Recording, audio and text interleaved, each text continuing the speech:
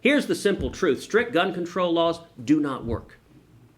If you look at the empirical data, the jurisdictions with the strictest gun control laws typically have among the highest crime rates and the highest murder rates. You look at Chicago, you look at Washington, D.C., both among the most draconian gun laws in the country, and both consistently among the worst crime rates and murder rates. You contrast it to other cities, my home state of Texas, or for that matter, the great state of New Hampshire, where we actually believe in protecting the right to keep and bear arms, and you see crime rates that are much, much, much lower.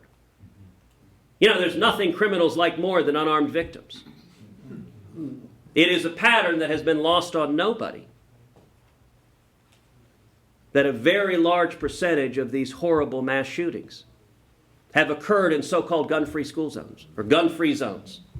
Areas where the criminal knows none of the victims will be in a position to defend themselves.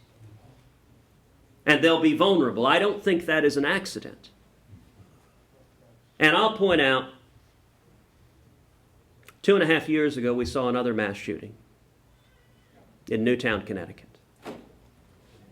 It was horrifying, I'll tell you, as the parents of 2 young children, to see a psychotic madman murdering little kids. Shakes you to the core. That was an opportunity President Obama could have taken to bring us together.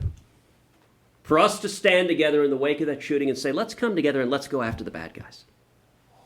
With respect to violent criminals, let's come down on them like a ton of bricks. But instead, President Obama then did the same thing he's doing now.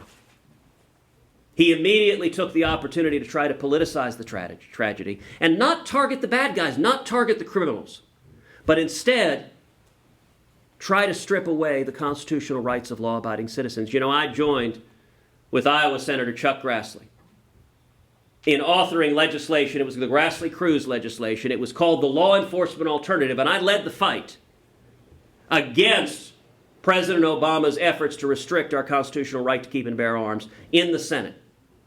We defeated every single proposal of President Obama that would have undermined the right to keep and bear arms. We defeated it on the floor of the Senate. But if you look at Grassley-Cruz, what did Grassley-Cruz do? It focused energy on bad guys. For example, every year there are tens of thousands of felons and fugitives who attempt to illegally purchase firearms. The Obama administration refuses to prosecute them. It is utterly indefensible.